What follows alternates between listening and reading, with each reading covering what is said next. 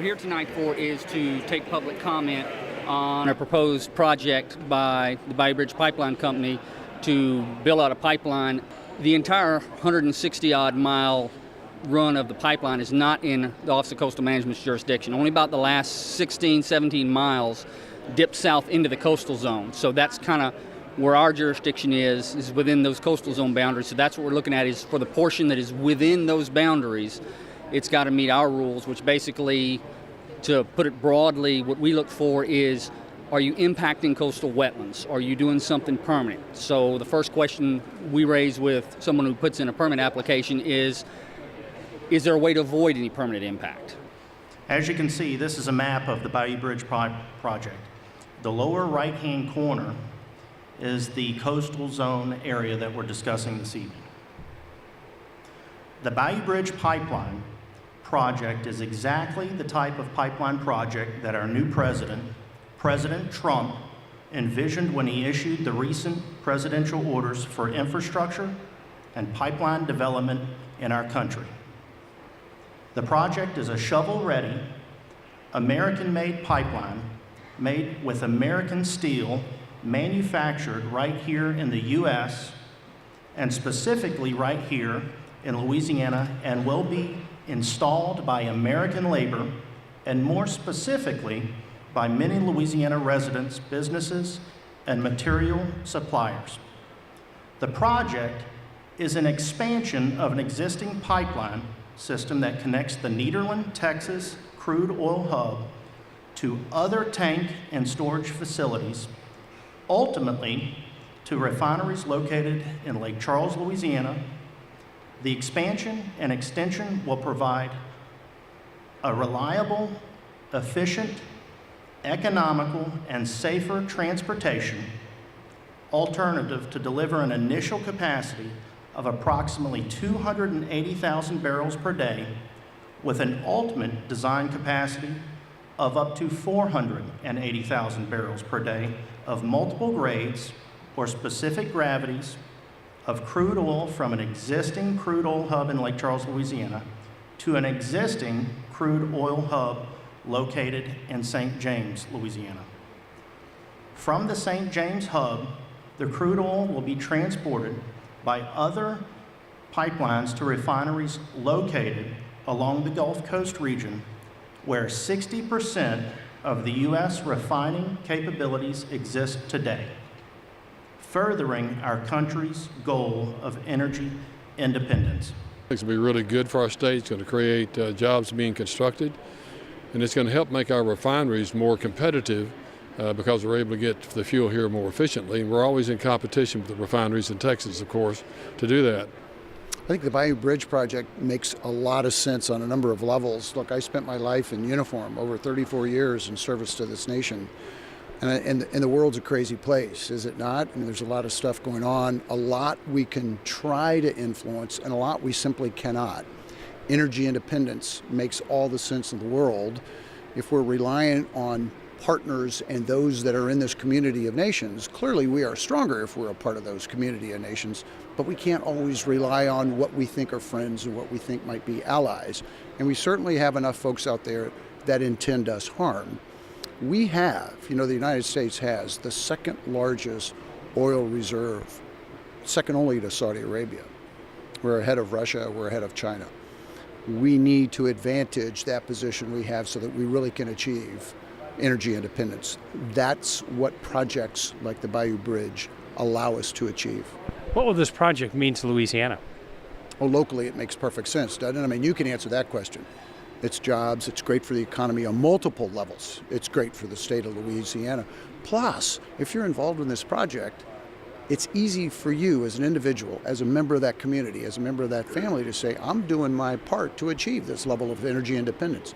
Not only do I benefit, but I also can benefit most greatly as being a patriot of this great state and this great nation. Well, there's strong feelings on both sides, but what I'm here to say tonight is you can be a supporter of the wetlands, a supporter of the coast, and a supporter of this pipeline. And I'm both, because I strongly believe in Louisiana's coast and its restoration and supporting our wetlands.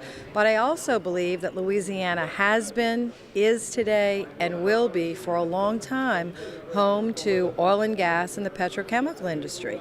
And it's important that we are able to do both. This pipeline is high tech, top of the line, strongest environmental protections. We need it between Lake Charles and St. James. We can't put one more truck on I-10 if everybody knows how treacherous that section of I-10 is. So there are a number of reasons, but for the safety, for the jobs, for the economy, and for our environment, it's best to transport the product by pipeline. For us at STUPP Corporation, it's been significant. With the onset of the shale revolution, we went from about 192 employees all the way up to 600 employees, and then in 2012 things started slowing down, and then more recently in 2016 we had 450 people that we laid off from our facility, and this particular project kept 250 people working in the last 3 months of 2016, which provided income and living for our folks, and how unfortunate it would have been if those folks were not working prior to the holidays. Pipelines are the most environmentally friendly way to transport crude, safer and more reliable than truck, rail, or waterborne transportation. And so we are very dedicated to being good neighbors and helping to transport that in this area. I've been a hunter and fisherman my entire life, more fishing, so a lot of experience down on the coast, a lot of offshore fishing and wade fishing, pretty much just enjoying everything about Louisiana's outdoors and all the great hunting and fishing we have to offer. What do you think about this pipeline project? I think it's great. I think it's definitely needs to be built, and I think honestly it already should have been built. It's the safest way to transport this stuff, and I'm in the investment business, and I'm familiar with the industry from that angle and that aspect.